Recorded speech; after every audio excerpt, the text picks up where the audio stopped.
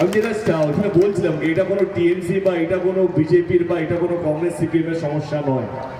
এটা ঘাটাল লোকসভা কেন্দ্রে যারা যারা থাকেন সবং বিশেষ করে সবংয়ের আগে বাড়ি এসেছিলেন বন্যার সময়কে যারা বন্যা প্লাবিত হয় মানে যে জায়গাগুলো বন্যার মধ্যে ডুবে থাকে সেইখানকার মানুষ বুঝতে পারবে এই ঘাটাল মাস্টার প্ল্যানটা কতটা জরুরি।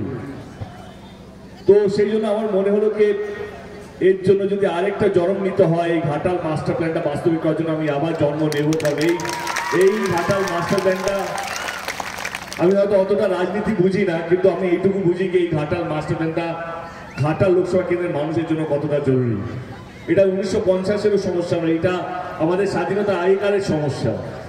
কিন্তু ঘাটাল মাস্টার প্ল্যানের নামটা এসছে যখন আমাদের সার্ভে হয়েছিল তখন এই নামটা দেওয়া হয়েছিল, তবে থেকে আমরা জানি এই ঘাটাল মাস্টার প্ল্যানটা। কিন্তু এটা আমাদের 100-150 বছর পুরনো সমস্যা, সেটা কোথাও যেন সমাধান হতে চলেছে দিদির হাত ধরে। যেটা মানুষটা ঠিকই বলছিল কি গ্যারেন্টি, এখন আমরা শুনি এর গ্যারেন্টি বলবো গ্যারেন্টি, কিন্তু সত্যি গ্যারেন্টি কি আছে? যিনি একসময় বলেছিলেন 15 লাখ টাকা অ্যাকাউন্টে আসবে, জেতার পর 1 টাকাও আসেনি। কিন্তু 21-এর আগে দিদি বলেছিলেন যদি আমরা সরকারে আসি স্বাস্থ্য সাথী কার্ড হবে, লক্ষ্মীর ভান্ডার হবে, সেই সমস্ত কিছু কিন্তু মানুষ পাচ্ছে, আপনারা পাচ্ছেন। তো কার গ্যারেন্টি বাংলার মানুষ বুঝবে বা বিশ্বাস করবে এটা পরিষ্কার। তো আমার মনে হয় কি যারা যারা এটা নিয়ে আলোচনা করছে কি ঘাটাল বাস্তবায়ন হবে কি হবে না, এটা জুমলা, এটা এমন একটা ভোটের আগে প্রতিশ্রুতি দিতে হয়। আমি এটুকু বলবো কি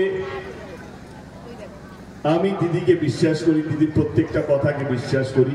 দিদি নিজে আরামবাগে দাঁড়িয়ে বলেছিলেন কি ঘাটাল মাস্টার প্ল্যানটা হবে।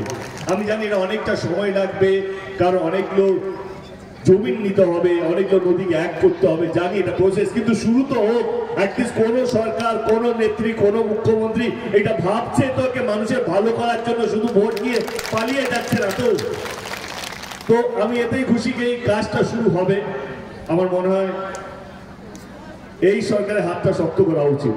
আমি হার জিত নিয়ে বিশ্বাসী নই, কারণ আমার মনে হয় যে মানুষ বোঝেন, আপনারা বোঝেন কোন ছেলেটা ভালো, কোন প্রার্থীটা ভালো, কোন নেতা ভালো, কোন নেতা ভালো নয়, এটা পরিষ্কার আজকে। তো আপনাদের যদি মনে হয় কি আমি এবং আমার দল এবং আমাদের নেতারা, আমার মনে হয় যে মানুষটা আছেন, আমরা যদি কিছু ভালো কাজ করে থাকি তো সঙ্গে থাকবেন এবং আপনারা জানেন 25শে মে কাকে ভোটটা দিতে হবে। আমি জানি এখানে অনেক কর্মীরাই আছেন দলের। 10 বছর এইটুকু বুঝেছি যে